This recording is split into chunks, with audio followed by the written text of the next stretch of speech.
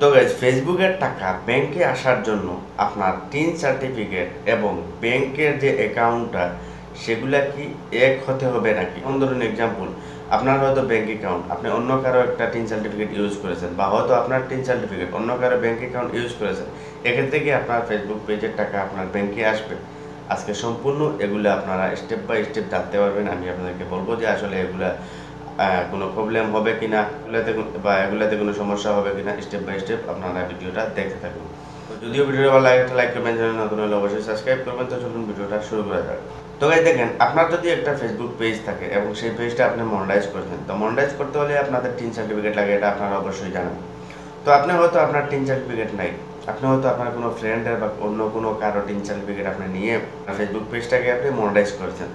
তো এক্ষেত্রে আপনার হয়তো নিজের ব্যাংক অ্যাকাউন্ট আছে, বা টিন সার্টিফিকেট অন্য একজনের নিয়ে আসছেন, অন্য একজনের টিন সার্টিফিকেট দিয়ে কিন্তু আপনি আপনার পেজটাকে মনিটাইজ করেছেন।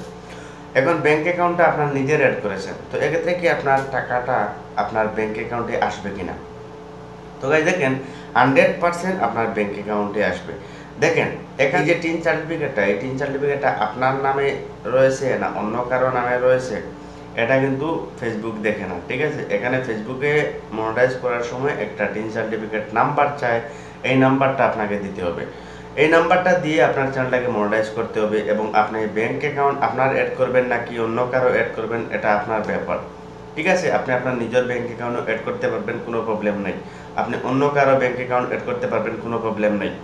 কথা হলো কি, আপনার ব্যাংক অ্যাকাউন্টও নিজের থাকতে হবে বা টিন সার্টিফিকেটও নিজের থাকতে হবে, এরকম কোনো কথা না, ঠিক আছে?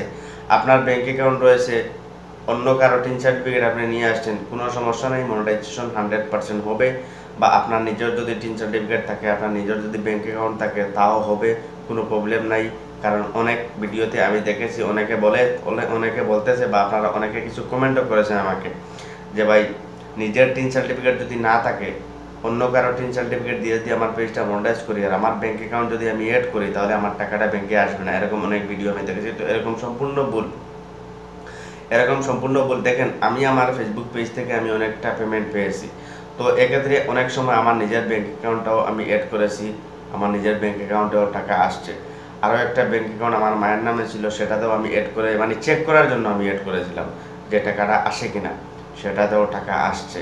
তো টিন সার্টিফিকেটটা আমার ছিল, ঠিক আছে? তো আপনার যদি টিন সার্টিফিকেট না থাকে, তো এক্ষেত্রেও আমি ট্রাই করে দেখেছি, ঠিক আছে? আমার একটা ফ্রেন্ড, তার টিন সার্টিফিকেট নাই, অন্য একজনের টিন সার্টিফিকেট দিয়ে সে করেছে, ব্যাংক অ্যাকাউন্ট তার রয়েছে, তার পেমেন্টটাও কিন্তু চলে আসছে।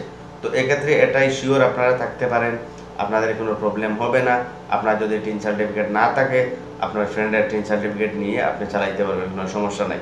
তো আমি সাজেশন করব, আপনি একটা টিন সার্টিফিকেট ক্রিয়েট করেন, কারণ টিন সার্টিফিকেট ক্রিয়েট করাতে কোনো সমস্যা নাই। আপনি নিজে থেকে টিন সার্টিফিকেট ক্রিয়েট করতে পারবেন। তাও যদি না পারেন, তাহলে বাজারে গিয়ে যে কোনো কম্পিউটারের দোকানে যদি গিয়ে আপনি বলেন একটা টিন সার্টিফিকেট ক্রিয়েট করার জন্য, তারা ক্রিয়েট করে দিয়ে দেবে, কোনো সমস্যা নেই। আশা করি বুঝাতে পারছি। যদি ভিডিওটা ভালো লাগে একটা লাইক করবেন, চ্যানেল নতুন হলে অবশ্যই সাবস্ক্রাইব করবেন। আজকে পর্যন্ত, বাই।